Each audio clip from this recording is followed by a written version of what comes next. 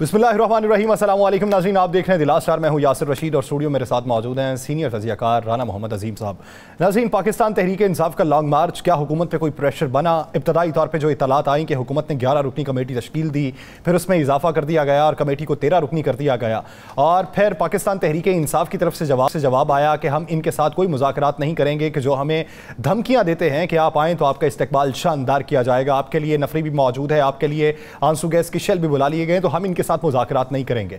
फिर वफाकी वज़ीर दाखिला एक प्रेस कॉन्फ्रेंस करते हैं जिसमें अली अमीन गंडापुर साहब की एक ऑडियो सुनवाई जाती है और उसके बाद बताया जाता है कि पाकिस्तान तहरीक इंसाफ फसाद को हवा देना चाहती है, ये खूनी मार्च में इसे तब्दील करना चाहते हैं, तो इसलिए इनके खिलाफ एक्शन भी लिया जाएगा, इनसे किसी किस्म के मुज़ाकरात नहीं किए जाएंगे। ये फितना और फसाद पर मबनी एक मार्च है और उन्होंने खैबर पख्तूनख्वा की हुकूमत में मुतालबा भी किया कि अली अमीन गंडापुर की इस ऑडियो पर नोटिस लिया जाए और उनको गिरफ्तार भी किया जाए। अब इत्तलात कुछ देर पहले ये मंजर आम पे आई, कुछ टीवी चैनल्स की जीनत एक खबर यह बनी कि पाकिस्तान तहरीक इंसाफ और वफाकी हुकूमत के माबैन कहीं पे मुज़ाकरात हो रहे हैं, कहीं बहुत बड़ा ब्रेक थ्रू होने के भी इम्कानात हैं और इसमें सदर ममलिकत के किरदार को भी वाज़े किया गया है। इसमें कितनी हकीकत है? पाकिस्तान तहरीक इंसाफ का लॉन्ग मार्च जो है उसकी क्या स्ट्रैटेजी तब्दील हुई है? आने वाले दिनों के अंदर लॉन्ग मार्च को एक प्रेशर के तौर पर किस तरह बिल्ड किया जाएगा, इस पर सारी मुफस्सल गुफ्तगू की जाएगी। राना अजीम साहब की तरफ बढ़ते हैं। राना साहब, सबसे पहले बात का आगाज इस खबर के साथ कि जो मंजर आम पे आई है कि मुज़ाकरात कहीं पे हो रहे हैं लेकिन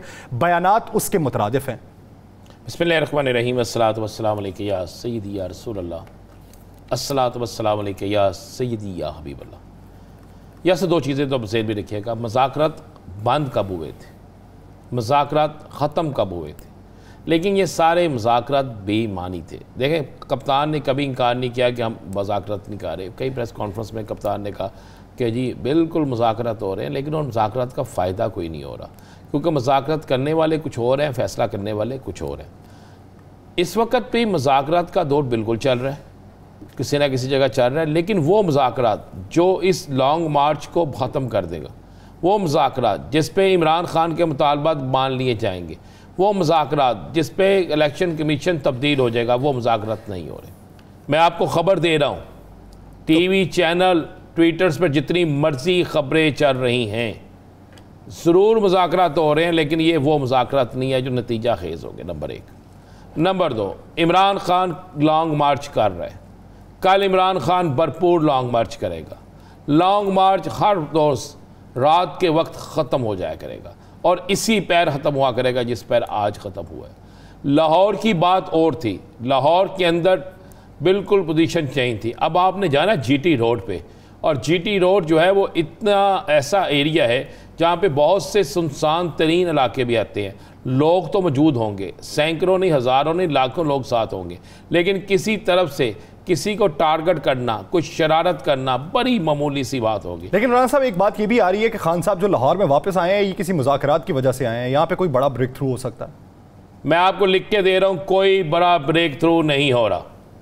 यासर साहब ये नोट कर लीजिएगा, कोई बड़ा ब्रेक थ्रू नहीं हो रहा।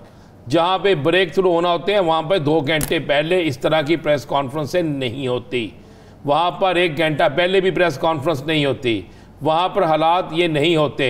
जिस वक्त ये ख़बरें चली तो मैंने 1 नहीं 2 नहीं 3 नहीं, खान साहब के करीब तरीन कई लोगों से मैंने बात की और उन लोगों से भी बात की, अगर किसी जगह ब्रेक थ्रू हो रहा था तो वो लोग टेलीफोन तक ना उठाते। या सर सही, वो लोग उस ब्रेक थ्रू में शामिल होते, वो लोग उस मीटिंग में शामिल होते। मैं नाम नहीं ले सकता, बेइंतहा अहम लोगों से मेरी बात हुई है। नंबर एक। नंबर दो, खान साहब की अपनी जाती एक अहम तरीन मीटिंग इस वक्त जारी है। उस मीटिंग में लाया अमल जो है उसको बड़े बेहतरीन तरीके से तश्कील दिया जा रहा है, चूँकि खान साहब के इल्म में आ चुका है कि राना सनाउल्लाह क्या गेम खेल रहे हैं, उनके इल्म में आ चुका है कि उनके गवर्नमेंट के इत्तेहादी जो है वो किस तरफ जा रहे हैं, उनके इल्म में आ चुका है कि कहाँ पर क्या हो रहा है। मैं आपको एक खौफनाक खबर दे देता हूँ, आप क्या समझते हैं? एक तो मैंने आपको बता दिया है कि मीटिंग हो रही है वो खान साहब की हो रही है, ब्रेक थ्रू कोई नहीं है, लॉन्ग मार्च होगा, लॉन्ग मार्च चलेगा। हुकूमत को 1% भी ये उम्मीद नहीं थी। कल जिस वक्त लॉन्ग मार्च ख़त्म हुआ तो एक हुकूमती एजेंसी के शख्स ने, सिविल खुफिया एजेंसी के शख्स से हमारी बात हो रही थी, तो मुझे उसने कहा जी कल, मैं शर्तिया कहता हूँ, कल तो ये 5000 बंदा इकट्ठा नहीं कर सकेंगे। अच्छा, आज का जो खान साहब का इज्तिमा था वो कल से डबल था, आज का जो रश था वो कल से कई गुना ज़्यादा था। ये वो एरिया है GT रोड जिन जहाँ पर हमेशा मुस्लिम लीग नून अपने लोगों को निकालती थी असर जी। अब वहाँ से इमरान पीपल्स पार्टी का भी जो लॉन्ग मार्च था वो मुस्लिम लीग नून की वजह से ही थोड़ा सा कामयाब हुआ। तो अब वहाँ से सिर्फ निकल रहा है तहरीक इंसाफ का कारकुन, फैमिलीज निकल रही हैं। मेरे पास ऐसी ऐसी फुटेज चीज़ें हैं कि मैं परेशान हो गया। इन इलाकों में फैमिलीज के निकलने का रवाज नहीं था, फैमिली खड़ी हैं, निकल रही हैं, पूर्ण निछावर कर रही हैं। लोग 3-3 घंटों से इंतज़ार कर रहे थे और इतनी दुनिया आई कि जिसका खान साहब को भी इल्म नहीं था, हम सब को यकीन नहीं था। मैं आपको ये भी बता दूं, मैं इस मार्च में रिपोर्टिंग के तौर पे गया।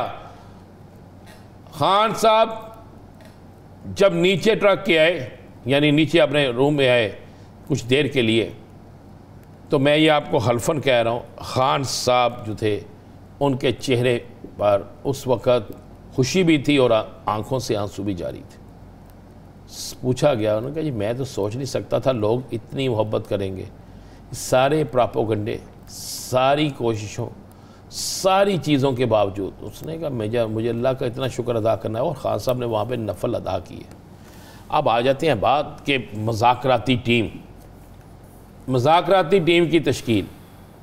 वज़ीर आज़म कहते हैं मुज़ाकरात होने चाहिए, वज़ीर दाखिला पहले कहते हैं मुज़ाकराती टीम बन गई, वज़ीर दाखिला उसके हेड बन गए, उसके बाद 2 लोगों का इजाफा हो गया। अचानक से फिर मरियम औरंगज़ेब साहब आई और उन्होंने आके ऐलान कर दिया जनाब कोई मुज़ाकराती टीम नहीं, यही कहा ना जी। और उन्होंने तमाम चीज़ों को मुस्तरद कर दिया। अब हुआ क्या, लोग जानना चाहते हैं असल खबर यह है कि जनाब बाकायदा जिस वक्त पता चलता है जी मुज़ाकराती टीम तश्कील दी जा रही है और मुज़ाकराती टीम में तमाम इत्तेहादियों को तकरीबन रख लिया गया एक शख्स को, तो मौलाना फजलुर रहमान,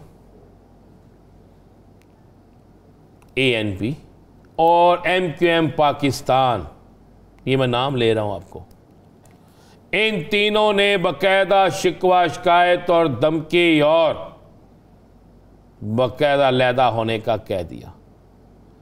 MQM ने कहा जनाब हम नहीं आपके साथ चलेंगे अगर आप इमरान खान से इत्तेहाद करेंगे या इमरान खान से मुज़ाकरात करेंगे। मौलाना साहब ने बाऊजी को डायरेक्ट फ़ोन कर दिया। इसी तरीके से ANP ने भी क्लियर कहा कि अभी तो हमारे ज़ख्मों पे मरहम पट्टी भी मुकम्मल नहीं हुई इलेक्शन की और आप ये करने जा रहे हैं। आपने तो वादा किया था इमरान खान को गिरफ्तार करेंगे, आपने वादा किया था इमरान खान को नहल करने के बाद सियासत से आउट करेंगे, आप उसकी हर शराइत मानकर उससे मुज़ाकरात करने जा रहे हैं। इसका मतलब है कि काम ठीक नहीं है, हम भी आपको किसी सूरत हम आपके साथ नहीं रहेंगे। ये मैं आपको अंदर की खबर दे रहा हूँ। जिसके बाद ये सारे बेबस हो गए। फिर उन्होंने कहा ठीक है जी चलने दें, ऐसे जो होता है, फिर इनको डराएं धमकाएं और जो हो सकता है वो करें। फिर उसके बाद ये अचानक से अली अमीन गंडापुर की वो ऑडियो सामने आ गई। अब उस ऑडियो की भी कहानी अली अमीन गंडापुर साहब खुद बता गए। मुझे एक बात बता दें यासर, आपने अगर किसी को मारने के लिए मरवाने के लिए असला मंगवाना है तो आप उसे कहेंगे कि लाइसेंस है कि नहीं? मुझे बताएं ना, कहेंगे आप लाइसेंस है कि नहीं? कभी भी नहीं कहेंगे। लाइसेंसी असला लाइसेंस उस वक्त मंगवाया जाता है जब आप उसे अपनी सिक्योरिटी के लिए इस्तेमाल करते हैं। आप वो कहेंगे कि वो असलहा लेके हैं जिसका कोई रिकॉर्ड नहीं है। रिकॉर्ड नहीं, अल्लाह भला करे। और ज़रा चेक भी कर लेना, इतनी जल्दी में ये प्रेस कॉन्फ्रेंस कर देते हैं। बंदा इन्होंने गिरफ्तार कर लिया हुआ है, चले मैं आपको ख़बर दे देता हूँ। उसके साथ कुछ और बंदे भी गिरफ्तार कर लिए हैं, मर्ज़ी का बयान रिकॉर्ड कर लिया है। मर्ज़ी भाई पुलिस के पास तो जिन भी चला जाए ना, वो भी बेचारा मर्ज़ी का बयान दे के आ जाता है। और हमारे मुल्क की कानून नाफज करने वाली एजेंसी पुलिस के पास बंदा गया हो और पूरा बयान दे के ना आए तो ऐसा मुमकिन ही नहीं है। उससे अपनी मर्ज़ी का बयान ले लिया है, वो आएगा रटा रटाया बयान जारी करेगा। उसके बाद जनाब उसी बुनियाद पे सुप्रीम कोर्ट भी जाएंगे। मैंने पहले भी प्रोग्राम में कहा था ये सुप्रीम कोर्ट जाएंगे कि वहाँ से आर्डर लें, क्योंकि इनको नज़र आ गया है कि कप्तान हर रोज़ उसकी ताकत बढ़ रही है। वो कल खुद कहा इन्होंने कि कप्तान का बयानिया वो काला, आपने सुना नहीं कल कि वो कौवे को कहेगा वाइट है तो लोग कहेंगे वाइट है। भाई फिर आप उसके बयानी को ख़त्म करने के लिए आपने क्या किया? आपके पास कोई कुंजी नहीं थी, आपकी नाअहली की वजह से फिर उसको अहल हुआ ना। तो ये यासर ये है कहानी असल कि अब तक इन्होंने क्यों ऐसा सारा कुछ हुआ और ये किस तरह अचानक से ये सारा कुछ मामला क्या हो गया। अब चलते हैं अगली बात पे चलते हैं यासर, अगली आपको खबर देते हैं। अब इनकी प्लानिंग ये है, प्लानिंग मैं आपको बता रहा हूँ, प्लानिंग ये है कि कोई ऐसा काम किया जाए, कोई ऐसी एक बड़ी गिरफ्तारी पंजाब के अंदर से किसी वफाकी इदारे के ज़रिए की जाए जिससे फड्डा शुरू हो जाए और यह फड्डा इस्लामाबाद पहुंचने से पहले पहले ही हो जाए। कप्तान इन तमाम चीज़ों से आगाह है, कप्तान को इन तमाम चीज़ों के हवाले से इल्म है और कप्तान को यह भी पता है कि कप्तान के साथ किस जगह किसने क्या खेल खेलना है और कप्तान ने अपने सारे मामला दुरुस्त रखे हुए हैं। कप्तान ने एक पत्ता शो किया है, 7 पत्ते कप्तान के पास है। कल शाम में कप्तान एक और पत्ता शो करेगा। वो क्या होगा? नहीं, कल शाम को होने दें, हमने भी प्रोग्राम करना है यासर साहब। कल प्रोग्राम तो हमने भी करना है ना, ब्रेक उसमें करेंगे। आप सारी तैयारी अपने वीलॉग के लिए ना किया करें खबरें निकाल के। तो कप्तान कल एक बड़ा दूसरा पत्ता शो करेगा यासर। उस दूसरे पत्ते में बहुत सी चीज़ें ऐसी होंगी जिसके मतलब आप सोच नहीं सकते। बहुत सी जगह पर बहुत सी चीज़ें बैलेंस, चले मैं आपको एक और ख़बर दे दूँ, बहुत सी जगहों पर बहुत सी चीज़ें बैलेंस होना शुरू हो गई हैं। ये जो एक मियाँ नवाज शरीफ साहब का बाऊजी का बयान नहीं चल रहा कैम शख्सियत के हवाले से जी, आपको पता है उससे भी बड़ा नफरत पैदा हुई है। उससे फिर किसी जगह डिस्कस हुआ है कि जब एक शख्स गलत कर रहा है दूसरा भी गलत कर रहा है तो फिर दोनों को सजा मिलनी चाहिए, फिर दोनों के लिए एक ही पैमाना होना चाहिए, एक के लिए ऐसा पैमाना क्यों है? यहां तक किसी जगह बैठ के ये बात डिस्कस हुई है।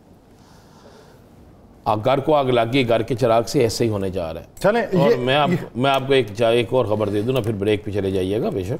जी जी, खबर मैं आपको दे दूं, असम्बलियां तहलील करने के हवाले से बातें चल रही हैं और असम्बली तहलील करने के हवाले से एक बड़ा इत्तेहादी तैयार भी है। कुछ लोग रास्ते की रुकावट हैं, हो सकता है आपको अचानक ये खबर भी मिल जाए। नाज़रीन, मंजरनामा क्या होगा जिस तरफ इशारा राना साहब कर रहे हैं, इसका मुस्तकबिल क्या होगा? अगर असम्बलियाँ तहलील होती हैं तो वफाकी हुकूमत के पास चारा क्या बचता है? क्या लेवल प्लेइंग फील्ड वो हासिल कर पाएंगे या फिर उन्हें जो खोई हुई उनकी साख है वो बहाल करने में फिर भी किसी दिक्कत का सामना होगा? इस पर मुफस्सल गुफ्तगू की जाएगी, लेकिन एक ब्रेक के बाद कहीं नहीं जाएगा। सेविदास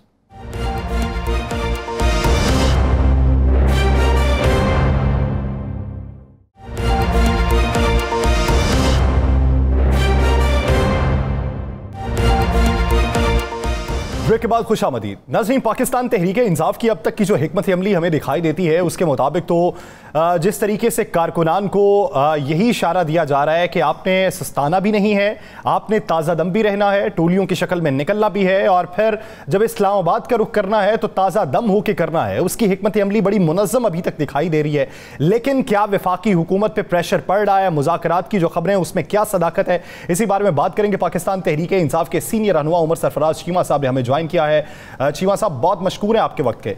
चीमा साहब, अब तक की जो मेन खबर चल रही है, मीडिया की जीनत बनी हुई है, वो यही है कि पाकिस्तान तहरीक इंसाफ के शायद मुज़ाकरात हो रहे हैं हुकूमत के साथ और इसी वजह से खान साहब लाहौर में वापस पहुंचे हैं। आप इसकी तस्दीक करेंगे, तरदीद करेंगे या तायीद करेंगे? देखिए, आप अभी जो पहले बात कर रहे थे, मैं ज्यादा मुनासिब बात की कि जनाब ये इस दफा अल्हम्दुलिल्लाह जो दूसरा रोज था और बड़ा पुरअमन तरीके से और बड़ी कामयाब रही है ये जो लॉन्ग मार्च के अंदर लोगों की शख्सियत थी। और हमने पहले आपसे कहा था कि हम 26-26.5 साल हमारा तजुर्बा रहा है। इस दफा इंशाअल्लाह ताला एक बेहतर मुनज़्ज़म तरीके से जो है हम ये लॉन्ग मार्च का इनेकाद करेंगे। और आपके सामने बाकी जहाँ तक बात है हुकूमत की जानिब से साथ पे मुज़ाकरात के हवाले से, वो तो हम पहले दिन से कह रहे हैं इनको। और अब 4-5 माह पहले भी जब कौमी असम्बली जब तहरीक की गई तो उसको भी बड़ा वाज़ेह तौर पर कहा गया था क्या अभी सारा जो डेडलॉक हुआ है इसका वाहिद हल यही है कि हम सियासी और मुआशी अदम इस्तेहकाम के हादसे के लिए नए साफ शफाफ इलेक्शन का इनेकाद करें। लेकिन आपने देखा कि पिछले 4-5 महीनों में वफाकी हुकूमत और उनके जो दरबारी तर्जमान हैं वो जस्ट ज़हनी एक तौर पे बिल्कुल जो है बौखलाहट ही नहीं बल्कि जितना खौफ उनके ऊपर तारी है, बयानात वो देते रहे हर किस्म के धमकिया में इश्तियाल अंगेज, उन्होंने हर किस्म का प्रोपेगेंडा करके देख लिया कि किसी तरीके से जो है अवाम का गुस्सा जो है उसका रुख जो है वो इदारों की तरफ हो जाए। लेकिन ऐसा नहीं हुआ। अवाम जानती है कि ये चोरों और डाकुओं का जत्था जो इक़्तिदार पे काबिज है यही असल जो है असल मुजरिम यही है, क्योंकि बाकी जिस शख्स का भी जीना बनना है इस कौम के साथ है, जो भी मुहब्बे वतन है वो अपने इदारों के साथ, अपने अफवाज पाकिस्तान के साथ उनका एहतराम भी करता है, उनका मोहब्बत भी करता है। तो ये नून लीग और उनका जो प्रोपेगेंडा सेल का जितना भी अभी तक प्रोपेगेंडा था वो टोटली नाकाम हो गया। वो सारे अच्छी तरह से जानते हैं कि ये जो नून लीग और जरदारी की नालायकी और नाकामी को मिटाने के लिए का रुख, लोगों की तवज्जो हटाने के लिए रोज सुबह शाम शोशे छोड़ते हैं, प्रोपेगेंडास करते हैं, लेकिन अवाम अब किसी तौर पर भी इनके इस किस्म के धोखे में नहीं आने वाली। फिर हम ये कह सकते हैं कि इस वक्त हम कह सकते हैं कि कोई मुज़ाकरात नहीं हो रहे, कोई अपनी आपकी मीटिंग हो रही हो सकती है? नहीं राना साहब, ऐसी बात नहीं है। देखिए हमने तो बड़े 2 महीने पहले भी खान साहब ने भी कहा, हमारे बाकी तर्जमानों भी कहा कि अगर हुकूमत अगर जो है नए शफाफ इलेक्शन के इनेकाद के हवाले से जो है मुज़ाकरात करना चाहती है तो बिल्कुल हमारे हम बात करना चाहते हैं और भी दूसरे जो कौमी बात करना चाहते हैं। लेकिन हुकूमत की जाने जब सुबह प्राइम मिनिस्टर कह रहे थे कि मुज़ाकरात हमारे दरवाजे खुले और शाम को उनकी वज़ीर इत्तलात कह रही थी कि बिल्कुल इनसे मुज़ाकरात नहीं हो सकते, तो ये अपनी खुद ही बात को नफी करते हैं। और फिर उसके बाद क्योंकि इनके डिफरेंट प्रोपेगेंडा सेल कुछ और कह रहा होता है, इनके वज़ीर आज़म कुछ और कह रहे होते हैं, ये सारे इंस्ट्रक्शंस हैं। चीमा साहब, वो जो 13 रुकनी कमेटी बनाई गई, क्या उसमें से किसी भी एक शख्स ने पाकिस्तान तहरीक इंसाफ की मरकजी क़यादत से राबिता किया? देखिए मेरे इल्म में ऐसा नहीं है, लेकिन जहाँ तक मैंने आपसे कहा ना कि सिर्फ आई वॉश कमेटी है, वरना हम तो बड़े ऐसे से कह रहे थे कि जिन्होंने जरदारी को सड़कों पर घसीटना था वो बजाय अवाम को जो है सड़कों पर लाने के उससे पहले होश के नाखून देते। और हमने आपको याद है 2014 में भी यही हुआ कि ये 1.25 साल हम असेंबली में, पार्लियामेंट में, इलेक्शन कमीशन हर जगह हम इनको कहते रहे कि 4 हल्के खोले, ये नहीं बाज आए, लेकिन वो कहते रहे कि लातों के भूत बातों से नहीं मानते। तो अवाम को, अब अवाम सड़कों पर निकल आई है, अवाम का गुस्सा देख के उससे ये खौफजदा होके अब ये हुकूमत जो है, हुकूमत की ख्वाहिश है कि कोई मुज़ाकरात ऐसे हो जाए, लेकिन ये सिर्फ जो इस किस्म के सिर्फ लोगों की तवज्जो हटाने की सिर्फ एक छोटा छोड़ रहे हैं। जब भी ये सीरियसली करना चाहेंगे इलेक्शन का तारीख का ऐलान करें और उसके बाद फिर बैठ के बिल्कुल उसके इलेक्शन को कैसे साफ शफाफ बनाना है उसके ऊपर। अच्छा, आज अचानक खान साहब ने कामों की तक जाना था, आप लोगों ने शेड्यूल भी दिया, लोग सड़कों पे इंतजार भी करते रहे, लेकिन आप मरीद के तक भी नहीं गए। सिक्योरिटी रीजन थी, क्या मामला था? नहीं, अल्हम्दुलिल्लाह सिक्योरिटी के जो इदारे हैं वो पूरे बिल्कुल सही से काम कर रहे हैं और बड़ी ईमानदारी से कर रहे हैं। और हम आज दूसरा दिन भी अल्हम्दुलिल्लाह गुजरा, कोई ऐसा कोई वाकया सामने आया। जहाँ तक बात है ये वापस मुड़ने की मुरीदके से, तो अगर आपको याद हो खान साहब ने जो पहले दिन प्रेस कॉन्फ्रेंस की उन्होंने कहा था हम अपने लोगों को थकाना नहीं चाहते हैं कि लोग ताज़ा दम होके उसी अच्छे जोश जज्बे के साथ उसमें शमूलियत करें, और ये सिर्फ डे लाइट के अंदर होना था। तो शाम को जैसे ही अंधेरा हो जाने के बाद ज्यादा उसको तब्दील करना था, जिधर भी अंधेरा हो जाएगा वहीं पर जो है उसको किया जाएगा और अगले दिन का आगाज वहीं से शुरू होगा जिधर खत्म किया गया। चीमा साहब, क्या फिर रोजाना की बुनियाद के ऊपर खान साहब वापस लाहौर का रुख किया करेंगे? नहीं, ऐसा हरगिज़ नहीं है, क्योंकि आज बिल्कुल वो मुरीद के तो आपको पता है बिल्कुल साथ ही लाहौर के था, और इंशाअल्लाह ताला जूं ये आगे बढ़ेगी फिर पड़ाव वही उसके मुताबिक प्रोग्राम होगा मुताबिक। अच्छा चीमा साहब, आज तो आप पे इल्ज़ाम लगा दिया राना सनाउल्लाह साहब ने कि गुजरात के अंदर आप राइफलें इकट्ठी कर रहे हैं, बंदूकें इकट्ठी कर रहे हैं, और ये वज़ीर आला पे भी इल्ज़ाम लगा दिया और वज़ीर आप मशीर दाखिला है, कोई राइफलें गन्ने इकट्ठी हो रही हैं? राना साहब कहते हैं उनके पास इंफॉर्मेशन है। ये जो एक मॉडल टाउन के कातिल और एक किराए के गुंडे को इन्होंने इंटीरियर मिनिस्टर जैसे मुद्दे पे बिठा दिया है, वो आपको पता है पिछले 2 महीने से इसी किस्म के बयानात दे के वहाँ पे कुछ 400-500 जो कंटेनर उन्होंने इस्लामाबाद में लगाया हुआ है, जो कौम का करोड़ों रुपया रोज का जो पानी की तरह बहाया जा रहा है, तो उसने वो सिर्फ जस्टिफाई करने के लिए, आपको भी पता है तरीके इंसाफ की तमाम खानसा से लेके हर क़यादत ने, और आप कोई एक शख्स की इजाजत नहीं है कोई असला डंडा या कोई ऐसी चीज लेके वहाँ पे आए, वहाँ फैमिलीज आ रही है, हमारी अपनी फैमिली लॉन्ग मार्च में शामिल है। 2 दिन से आपके सामने पूरे मीडिया ने भी दिखाया। और ये जो कहते हैं कि ये लॉन्ग मार्चेस में लोग नहीं आ रहे, तो फिर दिखाते क्यों नहीं मीडिया के ऊपर? तो खौफ किस चीज का है? मीडिया के ऊपर जो पाबंदियां लगाई जा रही हैं, मीडिया को जो प्रेशराइज किया जा रहा है लॉन्ग मार्च ना दिखाने का, यही तो खौफ है जो आपके सामने कि कोई अवामी मसाइल पे बात नहीं हो रही, कोई अवाम की पॉलिसी पे बात नहीं हो रही, और ना ही कोई सियासी और मुआशी अदम इस्तेकाम के खात्मे के लिए कोई इन्होंने फार्मूला दिया हो, वो भी नहीं है इनके पास। और ये 13 जमातों का वो दस्ता है जो पिछले 40-50 साल से मुल्क को जो है जड़ों को खोखला कर रहा है और इसको लूट के खा रहा है। चीमा साहब, अली अमीन गंडापुर साहब पे एक इल्ज़ाम लगाया गया, फिर ये भी मौक़िफ़ अपनाया गया कि खूनी मार्च में तब्दील करने की तैयारी आपकी है, वफाकी हुकूमत की नहीं। उसका आप जवाब किस तरीके से देंगे? मैं इसकी पुरजोर मजम्मत करूंगा। इसमें कोई सच्चाई नहीं है। ये नून लीग का प्रोपेगेंडा है, ये कट एंड पेस्ट आपके सामने है। ये तो प्रोपेगेंडा मशीन है इनकी अपनी, और ये इस किस्म की कॉन्कॉक्टेड और ये कट एंड पेस्ट किस्म की ऑडियो लीक पहले भी आपको पता है, चंद दिन पहले इन्होंने इदारों को बदनाम करने की कहा जी प्राइम मिनिस्टर हाउस से सारी ऑडियो लीक जारी है, और उसके बाद फिर खुद ही जो है इनको अपने हाथ पैरों इनके भूल गए और ये उसे भाग गए। करवाते ना उसकी प्रॉपर जिम्मेदारी, तो पता चलता कि इसमें कौन इनके पीछे। वज़ीर आज़म का अपना जो मीडिया कोऑर्डिनेटर है वो खुद ट्वीट करके तो वो खुद जो ऑडियो लीक जो है रिलीज कर रहा था। तो इनके अपने लोग उसमें इन्वॉल्व थे। अभी भी जो है आप देखेंगे कि इसमें कोई जब इसका फोरेंसिक हो या सामने आएंगी, ये सिर्फ जो है एक बहाना बना रहा है।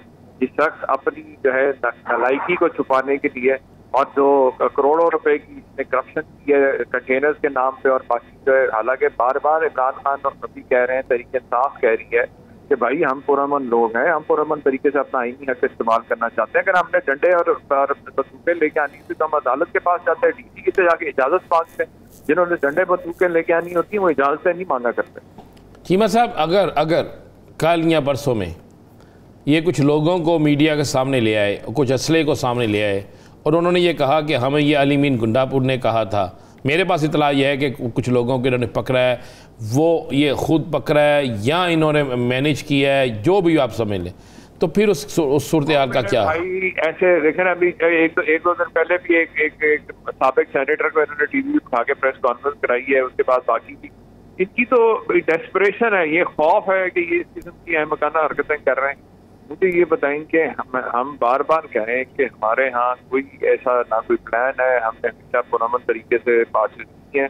ये सिर्फ जो है अपनी चोरी और नालायकी और नाअहली को छुपाने के लिए इस किस्म का प्रोपेगेंडा किया जा रहा है कि एक तरफ कहते हैं कि हमने बैठ के मुज़ाकरात करने, दूसरी तरफ हमारे वर्कर्स को इस्लामाबाद में वर्कर्स और लीडर्स को पकड़ा भी जा रहा है, धौंस भी की जा रही है, नाजायज झूठे पर्चे भी किए जा रहे हैं। और ये मैंने आपसे कहा ना कि ये सिर्फ जत्था इस वक्त उसकी जो है ज़हनी तौर पर मौजूद होते रहेंगे। चीमा साहब, जिस तरह इधर पंजाब के अंदर लॉन्ग मार्च में बड़ी शिद्दत आ रही है, तो खैबर पख्तूनख्वा की सूरत हाल इसके बरक्स क्यों दिखाई देती है? वहाँ पे हिकमत अमली मुख्तलिफ है? नहीं, ऐसी बात नहीं। अगर आपने फिर वही बात है जो आपने खान साहब से पहला प्रेस कॉन्फ्रेंस में ऐलान किया था, उसमें उन्होंने बाकायदा प्रोग्राम किया था कि हम पहले जो है जुमेरात की शाम तक जो है ये इस्लामाबाद पहुँचने का टारगेट है, और उसके बाद फिर वहाँ पे सारा जो है केपी से पूरे पाकिस्तान से हम देखेंगे कि काफले वहाँ पहुँचे। चीमा साहब, आपको क्या नज़र आ रहा है कि इस्लामाबाद पहुंचने से पहले मामला हल हो जाएंगे? मैं तो यही मशवरा दूंगा इन अकल के अंधों को जो इंतजार में बैठे हैं कि बजाय इससे कि पहले ज़्यादा कोई देर हो जाए या कोई और जो है मजीद अहमकाना हरकतें करें, इससे बेहतर ये है कि आप जो है जमहूरियत को मजबूत करें और इलेक्शन का रास्ता लें, और इससे जमहूरियत भी बचेगी और मुल्क में सियासी और मौसी इस्तेकाम जो है खत्म किया जा सकेगा। चीमा साहब, अब की बार स्ट्रेटजी मुख्तलिफ क्या है? आपके साथ फैमिलीज भी मौजूद हैं, आप मार्च भी कर रहे हैं, धरना भी देंगे। अगर वो वहाँ पे सिक्योरिटी का इस्तेमाल करते हैं, इतलात यही हैं कि सिंध पुलिस की भी एक भारी नफरी इस्लामाबाद में पहुँच गई है, तो वहाँ पे आपको रोकने की कोशिश की जाती है, तो रिटेलिएशन किस तरह की होगी?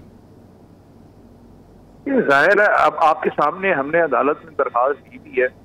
अदालत हमें अगर इजाजत दे देगी तो फिर ही हम एंटर करेंगे, और वो अगर हमें एंटर करने पर रोका गया तो आईन कानून की खिलाफवर्जी करेगा तो फिर अपने हालात का जिम्मेदार वो खुद होगा। तो चीमा साहब, एक आखिरी सवाल, आप क्या समझते हैं कि पाकिस्तान तहरीक इंसाफ अपने जितने भी मुतालिबात लेके निकली है उनमें से कुछ मुतालिबात की शराइत के ऊपर आपको मुज़ाकरात की मेज़ पे आने की दावत दी जाती है, तो क्या जाएंगे? भाई हमारा तो मुतालबा ही एक है, सिर्फ और सिर्फ एक मुतालबा है, और वो क्या है? हम नहीं कह रहे कि हमें हुकूमत दे दो, इमरान खान को वज़ीर-ए-आज़म की कुर्सी पे बिठा दो। हम तो कह रहे हैं साफ और शफाफ इलेक्शन, अवाम को फैसला करने दो कि अवाम क्या चाहते। चिमा साहब, एक आखिरी सवाल मेरा भी, क्या वज़ीर आला पंजाब गुजरात में आप लोगों का इस्तकबाल करेंगे? इंशाअल्लाह ताला आप देखेंगे, काफी क़यादत से पहले जो है ऐलान भी किया है, और इंशाअल्लाह वो हमारे साथ हैं, हमारे बड़े पुराने और बात हमारे साथ। पाकिस्तान तहरीक इंसाफ यानी अपनी हिकमत अमली के तहत आगे बढ़ती रहेगी, और पाकिस्तान मुस्लिम लीग काफ जो है वो शानदार इस्तकबाल गुजरात में भी करेगी, और पाकिस्तान तहरीक इंसाफ का एक ही ऑप्शन है कि नए और शफाफ इंतखाबात होने चाहिए। बहुत शुक्रिया उमर सरफराज चीमा साहब इस हवाले से अपना वक्त देने के लिए। नाज़रीन, दीगर इश्यूज़ पे बात करेंगे एक शॉर्ट ब्रेक के बाद, कहीं नहीं जाएगा स्टे विद अस।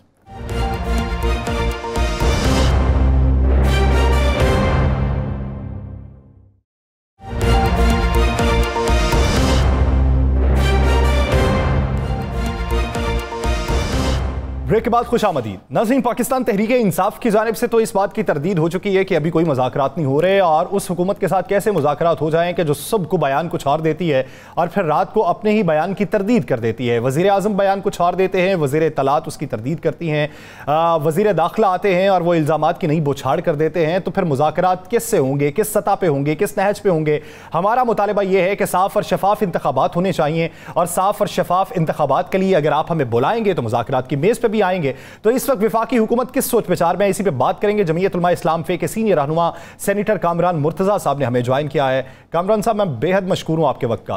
कामरान साहब, इत्तलात ये आ रही हैं कि मुज़ाकरात हो रहे हैं, बैकडोर राबिते हो रहे हैं। बैकडोर राबितों की ना तो तरदीद कभी पाकिस्तान तहरीक इंसाफ ने की, न कभी वफाकी हुकूमत ने की है। लेकिन क्या आप इस बात की तस्दीक करते हैं कि पाकिस्तान तहरीक इंसाफ का जो बुनियादी मुतालिबा है उस पर आपकी कोई टीम उनकी किसी टीम से मुज़ाकरात कर रही है, और हाई ऑफिशियल लेवल पर? देखिए, डायरेक्ट तो कोई मुज़ाकरात नहीं हो रहे, और अगर कोई डायरेक्ट मुज़ाकरात होंगे तो वो फिर जो ना वो आपके भी इल्म में आ जाएगा, बल्कि मुझसे पहले आपको पता चल जाएगा। हाँ, बैकडोर राब्ते होंगे यकीनन, और बैकडोर राब्ते जो है वो वज़ीर एस्टैब्लिशमेंट हुआ करते हैं। एस्टैब्लिशमेंट इस हवाले से खासी कॉन्शियस होती है कि मुल्क में डिस्टर्बेंस ना हो या मामला इसी तरह से चलते रहें दुरुस्त तरीके से। तो मुमकिन तौर पे अगर कोई बातचीत हो रही है तहरीक इंसाफ की तो एस्टैब्लिशमेंट से हो रही होगी, पहले भी हो रही थी, और उन्होंने राब्ते ना सिर्फ राब्ते किए थे बल्कि मुलाकातें की थी, और बड़े लेवल पे मुलाकातें की थी। और इसी तरह ज़ाहिर एस्टैब्लिशमेंट जो कि गवर्नमेंट के साथ होती है, गवर्नमेंट की एस्टैब्लिशमेंट होती है, तो वो जो है वो फिर कन्वे भी होता होगा सारा कुछ प्राइम मिनिस्टर साहब को या बाकी रेलेवेंट मिनिस्ट्रीज़ को, और फिर उस कन्वे होने के नतीजे में अगर कोई बात बनती है फेयर इलेक्शन की। देखिए, फेयर इलेक्शन बात अब सिर्फ इतनी सारी है कि इलेक्शन 4 महीने पहले होंगे या 4 महीने बाद होंगे, इससे कोई फर्क नहीं पड़ता। इस वक्त ये रेलेवेंट है। मैं अगर पीटीआई की तरफ से कोई अगर कोई बात करने का मजाज होता तो मैं कहता कि जी 4 महीने बाद करा लीजिए, मगर फेयर होने का ये गारंटी होनी चाहिए। तो ये गारंटी जो है वो सबको मिलनी चाहिए कि फेयर इलेक्शन, बाकी 2-4 महीने आगे पीछे होने से कोई फर्क नहीं पड़ेगा। जमीयत उलमा इस्लाम जो है इस वक्त वो क्या चाहती है, उसका मौक़िफ़ क्या है कि मौजूदा जो तनाव है बहुत ज़्यादा शिद्दत इख्तियार कर गया है, इसका हल क्या ढूंढते आप? देखिए, पॉलिटिशियन जो भी हो, उसमें जमीयत उलमा इस्लाम हो या कोई और पॉलिटिकल पार्टी हो, वो मुज़ाकरात पे यकीन, बातचीत पे यकीन रखते हैं। मासवा इमरान खान साहब के कि उन्होंने अपने दौर में हाथ मिलाने से भी लोगों से इनकार किया। कभी पॉलिटिशियन जो है ना वो हाथ मिलाने से इनकार नहीं करता, कभी जो है वो बात करने से इनकार नहीं करता, और बात के नतीजे में जो है वो मुल्क के लिए कोई बेहतर सूरत पैदा होती है। तो जमीयत भी यही चाहती है, ये हमारा मुल्क है, हमारा वतन है, और हम इसके लिए बेहतरी चाहते हैं in any case. Kamran Murtaza साहब, जब जमीयत उलमा इस्लाम फे की क़यादत करते हुए एक धरना दिया गया इस्लामाबाद में, और जब पाकिस्तान पीपल्स पार्टी ने अवामी मार्च किया, तो आपकी इसी बात के ऊपर कि खान साहब ने हाथ नहीं बढ़ाया था, तो बहुत सी जगहों से तनकीद भी सामने आई थी कि हुकूमत को फ्रंट फुट पे आना चाहिए, ये हुकूमत के अंदर बुर्दबारी होनी चाहिए कि वो आगे बढ़ के मुज़ाकरात करे। तो इस वक्त वफाकी हुकूमत में तो आप भी बैठे हुए हैं, वफाकी हुकूमत का एक वजीर आके बयान कोई और दे दे, दूसरा वजीर आके तनकीद करे, इल्ज़ाम लगाए और पहले बयान की तरदीद कर दे। तो तो क्या वफाकी हुकूमत को इस मामले में फ्रंट फुट पे नहीं आना चाहिए? नहीं, वफाकी हुकूमत तो फ्रंट फुट पे आ गई। 8-9 लोगों की कमेटी बन गई है, उसमें सारी पार्टियों के लोग हैं। देखिए, ये बहुत सी पार्टियों की हुकूमत है, और बहुत सी पार्टियों की जो हुकूमत होती है उसमें बाज़ औक़ात इख्तिलाफ़ात भी किसी न किसी इशू पे आ जाते हैं, या आप बज़ाहिर जो है ना लोग एक पेज पे नज़र नहीं आ रहे होते, मगर फिर बाद में वो सारे एक पेज पे आ जाते हैं जब आपस में बात कर लेते हैं। तो यहाँ पे भी कोई ऐसा बिल्कुल आपने खुद कहा कि तमाम सियासी जमातों के लोग इस कमेटी में शामिल हैं, कमेटी बन गई, आपने कहा हुकूमत ने पहल कर दी, लेकिन कमेटी बनने के 2 घंटे बाद आके उस कमेटी के हवाले से वज़ीर इत्तलात ने हुकूमत की तरदीद कर दी, उसने कहा कोई कमेटी नहीं है। फिर वज़ीर दाखिला भी कहते हैं इन फितना और फसाद वालों से कोई मुज़ाकरात नहीं किए जाएंगे। नहीं, ये तो मेरी इत्तला के मुताबिक ये प्राइम मिनिस्टर की तरफ से जारी हुआ था, और उसमें जो है ना हमारी तरफ से असद मामूद थे, और अगर उसके बाद इन्होंने तरदीद कर दिया तो ये बात मेरे इल्म में नहीं है, मगर ये अगर तरदीद की गई है तो प्रेस कॉन्फ्रेंस की है, बकायदा प्रेस कॉन्फ्रेंस में कहा है। मुनासिब है इस हवाले से, दो हवालों से गैर मुनासिब है। एक तो प्राइम मिनिस्टर की तरफ से अगर कोई ऑफर आ जाए तो वजीर मजाज नहीं हुआ करता कि वो उसको जो है ना उसकी कंट्राडिक्शन करे, उसको कॉन्ट्राडिक्ट करे। और दूसरी बात ये कि अगर बातचीत की कोई ऑफर है तो वो हुकूमत पहल कर ले, कोई इसमें हर्ज नहीं है, इससे कोई नाक छोटा नहीं हो जाएगा। इस हाथ बढ़ाने से जो है ना वो पाकिस्तान का अगर फ़ायदा हो और हम अगर छोटे हो भी जाएं तो हमें कोई इसमें प्रॉब्लम नहीं है। जिस तरह कामरान मुर्तज़ा साहब आपने कहा था कि मुल्क की मईशत में बेहतरी लाने के लिए हमें मुश्किल फ़ैसले करना पड़े, और वो मुश्किल फ़ैसलों ने हमें सियासी तौर पर भी कहीं ना कहीं पे अवाम की मकबूलियत से दूर भेजा है, तो आप क्या समझते हैं कि इस मुआशी सूरत हाल और फिर ये मौक़िफ़ अपनाना कि बीजिंग में जो बड़ी एक मीटिंग होने जा रही है वो भी सबूताज हो सकती है इस पूरी हरारकी की वजह से, तो वफाकी हुकूमत क्या बैकफिट पे जाएगी? क्या फिर से किसी नई डेट का ऐलान किया जाएगा? कोई लेवल प्लेइंग फील्ड दोनों तरफ बनाई जाएगी? देखिए, आपने देखा कि सऊदी अरब से जब प्राइम मिनिस्टर आए हैं तो तकरीबन $12 बिलियन का जो ना वो पैकेज आ रहा है, रिफाइनरी लगाना चाह रहे हैं सऊदीज़, और इसके साथ मजीद भी कुछ जो है ना किसी हवाले से जो है ना सहूलतें मिली हैं पाकिस्तान को सऊदीज़ की तरफ से। इसी तरह चाइना के साथ जो है ना वो बातचीत जारी है, और रूस के साथ बातचीत शुरू हो गई है। अमेरिकन के साथ हालात अच्छे हुए हैं, बेहतर हुए हैं, जिस तरह से ख़राब करके गए थे। तो इन सब बातों को जो है ना इसको अप्रिशिएट करना चाहिए, और अगर कोई मामला बेहतरी की तरफ चल पड़े तो अगर 4 महीने बाद भी अगर ये पीडीएम और बाकी हुकूमत का जो हिस्से हैं वो अगर वो इस पे इंसिस्ट भी करते हैं कि 4 महीने बाद इलेक्शन हो जाए, तो मेरा ख्याल है ये नुकसान का सौदा नहीं है। सिर्फ इसरार इस बात पे होना चाहिए किसी भी पार्टी का, इंक्लूडिंग हम लोग, कि इलेक्शन फेयर और फ्री हो। आपने बड़ी अच्छी बात की कि 4 महीने बाद भी अगर इलेक्शन हो जाए, 4 महीने एक बड़ा वक्त होता है, कोई ऐसा मसला, तो फिर इसमें रुकावट क्या? ये तो आज उसने भी कह दिया, फवाद चौधरी ने भी कहा कि हम तैयार हैं जी, फरवरी मार्च अप्रैल में इलेक्शन भी हो जाए, 4 महीने से ज़्यादा टाइम बन जाता है, तो फिर इसमें प्रॉब्लम क्या? फिर मैं और बात कर रहा हूँ, वो तो अप्रैल तक कह रहे हैं ना, और ज़्यादा से ज़्यादा अप्रैल की में और 4+ करें तो फिर क्या होगा? अगस्त आ जाएगा, इससे आगे तो नहीं जा सकते। तो अप्रैल तक आप कह रहे हैं, अगस्त में वो कह रहे हैं, दरमियान में भी आया जा सकता है, 6-7वें महीने में भी आया जा सकता है कि जी बजट के फौरन बाद जो है ना वो असेंबलियां डिसॉल्व हो जाए, तो इसमें क्या प्रॉब्लम? मुल्क को क्या नुकसान होगा? बहुत अच्छी किसी पार्टी नहीं, बहुत अच्छी बात है। तो इस पे क्यों नहीं बैठा जाता? इस पे शुरू क्यों नहीं किया जाता? कोई देखिए लीड ली है, प्राइम मिनिस्टर ने लीड ली थी, अब पता नहीं उसको कॉन्ट्रडिक्ट किस कॉन्टेक्स्ट वो लीड लेने के बाद की सूरत हाल में कामरान मुर्तज़ा साहब आपके सामने रख देता हूं। उसी लीड के बाद इस्लामाबाद के तमाम होटल, गेस्ट हाउसेज और सराय के अंदर थानों से एक हिदायतनामा जाता है कि यहाँ पे लॉन्ग मार्च में शिरकत करने वाला कोई बंदा नहीं रुकेगा। फिर उसी लीड के बाद ये भी बात मंजर आम पे आती है कि रेड जोन का एरिया बढ़ा दिया जाएगा। उसी लीड के बाद वो जो कंटेनर पड़े हुए हैं उन कंटेनर को रास्तों में ब्लॉक करने की भी हिकमत अमली जारी होती है। फिर वफाकी वजीर दाखिला की प्रेस कॉन्फ्रेंस तो बहुत सारे जुमलों पे मुहित है, अब मैं उसका इहाता तो कर नहीं सकता। देखिए, उसमें ऐसा होता है कि बहुत सारे नहज पे जो है गवर्नमेंट आगे बढ़ रही होती है, दूसरी पार्टी या मुकाबले में जो पार्टी है, फर्ज करिए पीटीआई है इस वक्त, तो वो भी बहुत सारे उसके पास भी जो है ना प्लान ए होगा, प्लान बी होगा, प्लान सी होगा। तो इस प्राइम मिनिस्टर की स्टेटमेंट को ऑन करते हुए ये आगे बढ़े, कहें कि फेयर और फ्री इलेक्शन गारंटियां लें और सुप्रीम कोर्ट गारंटी बन जाए, एस्टैब्लिशमेंट गारंटी बन जाए, जो भी गारंटी बनती है, जो कोई मुदाखलत कर सकता है वो उसमें जो है ना वो गारंटी बन जाए कि जी बिल्कुल फेयर और फ्री होंगे। वैसे इससे पहले जितने भी इलेक्शन ये 2-3 हुए हैं और जिसमें ये पीटीआई जीती है, सारे फेयर और फ्री हुए हैं। उसमें किसी में मेरा ख्याल है कोई ऐसे धांधली की कोई खास शिकायत नहीं आई है। मैं राना साहब सवाल आपसे करना चाहेंगे, लेकिन एक बात बसद एहतराम कामरान मुर्तज़ा साहब, आपने कहा कि कोई मुदाखलत करे और फिर उसके बाद कोई फैसला किया जाए। ये कब तक अदालती मुदाखलत पे या किसी तीसरे फरीक की मुदाखलत के ऊपर हम बैठे रहेंगे? ये स्टेक होल्डर मुल्क के सबसे बड़े सियासी जमात के ओहदेदार होते हैं, ये क्यों नहीं बेहतरीन फैसला कर सकते कि किसी तीसरे फरीक को बीच में ना आना पड़े? मेरी बात आपने फॉलो नहीं की है। मैंने कहा कि बातचीत करें, उसमें गारंटी बन जाए इस बात की कि फेयर और फ्री इलेक्शन होंगे। सुप्रीम कोर्ट गारंटर बन सकती है, उसमें जो ना एस्टैब्लिशमेंट गारंटर बन सकती है। मैंने ये नहीं कहा कि वो मुदाखलत करें, कानून से मावरा मुदाखलत जो है ना वो मैं नहीं मानता उसकी कि किसी कोई और करे। सिर्फ जो है ना इसकी एक गारंटी जो है ना वो इनको दोनों पार्टियों को मिल जाए कि फेयर और फ्री इलेक्शन होंगे, और देन जो है ना 2 महीने 4 महीने आगे या पीछे से इससे कतन कोई फर्क नहीं पड़ता। अप्रैल वो कह रहे हैं, अगस्त ये कह रहे हैं, अगस्त में भी हो जाए कुछ फर्क नहीं पड़ता, जुलाई में हो जाए, इमीडिएटली आफ्टर 30 जून हो जाए, बजट मंजूर करवाएं, उसके बाद असम्बलियां तोड़ दें, अल्लाह खैर सल्ला, उसके बाद आगे चलिए। आपने सेनेटर कामरान साहब हमेशा बड़ी खरी और सीधी बात की है, और आपने उसका ये भी लिहाज नहीं रखा कि पार्टी बुरा बनाती है या नहीं बनाती। अब इस सारे सिनेरियो में इस पर भी ज़रा बता दें कि अगर ये मुज़ाकरात जो अभी तक हमें होते नज़र नहीं आ रहे, जिसकी आज तरदीद भी कर दी गई, जिस पे आज वाज़े मौका भी वज़ीर इत्तलात हुकूमत की होती है ना, वज़ीर दाखिला भी हुकूमत के होते हैं, तो इसके बाद अगर खुदा नहास्ता तसादम की सूरत हाल होती है, तो फिर क्या आप जमहूरियत को रहता हुआ देख रहे हैं?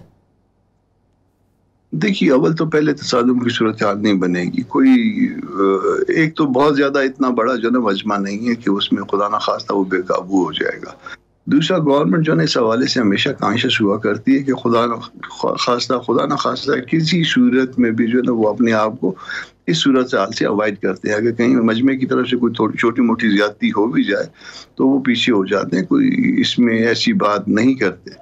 तो इस हद तक भी मामला नहीं जाएगा इंशाल्लाह ताला, और उससे पहले जो है ना मेरा ख्याल है कोई अकल जो है ना वो परवेल कर लेगी कहीं ना कहीं पे। यानी आप कहते हैं, आप समझते हैं कि 25 इस्लामाबाद लॉन्ग मार्च पहुंचने से पहले मामलात किसी तरफ निकल जाएंगे, यानी मामलात हल हो जाएंगे? दो सूरतें हैं मामला हल होने की। एक तो ये कि देखिए, मैंने जितना भी गौर किया है बीइंग ए पॉलिटिकल वर्कर, मुझे जो ना इलेक्शन 2 महीने पहले या बाद में होने से कोई फ़र्क नज़र नहीं आया, और मेरा ख्याल है ये पीटीआई कभी मुतमईन नज़र नहीं है। यहाँ पे मुतमईन नज़र कुछ और है, और वो जो और है वो अगर अनाउंस हो गया तो उसके बाद भी जो है ना ये मामला जो है ना वो सारे वो जो मुतमईन नज़र जिसका आप तज़किरा कर रहे हैं, कि आप ये समझते हैं कि पीडीएम में शामिल कुछ जमातें उससे इत्तफाक करती हैं?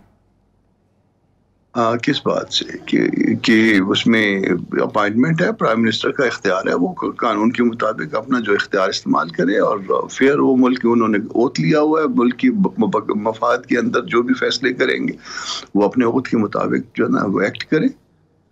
आप समझते हैं कि उस मामले के बाद बाकी मामला दुरुस्त हो जाएंगे?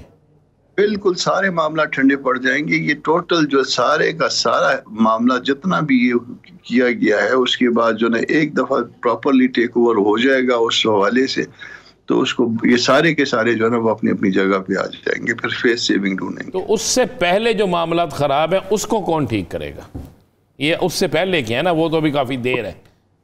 दो बातों से मामला ठीक हो सकते हैं। एक तो ये कि अपॉइंटमेंट हो जाए, भले बिफोर टाइम हो जाए, हफ्ता 10 दिन पहले हो जाए, कोई फर्क नहीं पड़ता, तो भी ठीक हो जाएगा मामला। और दूसरी बात ये कि फिर बातचीत कर लें और उनको समझा दिया जाए कि ये जो मामला इस वक्त जो दस्तूर कह रहा है उसके मुताबिक चलें, और आप फेयर और फ्री इलेक्शन की जमानत ले लें, जिससे भी आप लेना चाहते हैं, और लेके और उसके बाद फिर आगे चलिए, वो भी फेस सेविंग मिल जाएगी। भले उसको जो ना वो 30 जून के इमीडिएटली बाद ले आए इलेक्शन गवर्नमेंट के तोड़े जाने को, तो अगस्त या अगर 30 जून के बाद आ जाएगी, बजट आ जाएगा, एक रिक्वायरमेंट जो दस्तूरी रिक्वायरमेंट है पूरी हो जाएगी असम्बली से पास कराने की, तो मामला ठीक चलेंगे आगे। यानी एक तरफ से जो टाइम फ्रेम दिया जा रहा है और दूसरी तरफ से जो टाइम फ्रेम है उसके दरमियानी रास्ता भी निकाला जा सकता है, उसके लिए कोशिश हो भी सकती है। किसी बड़े तसादुम को आप होता नहीं देख रहे, उससे पहले ही मामलात को क्लियर होता आप देख रहे हैं।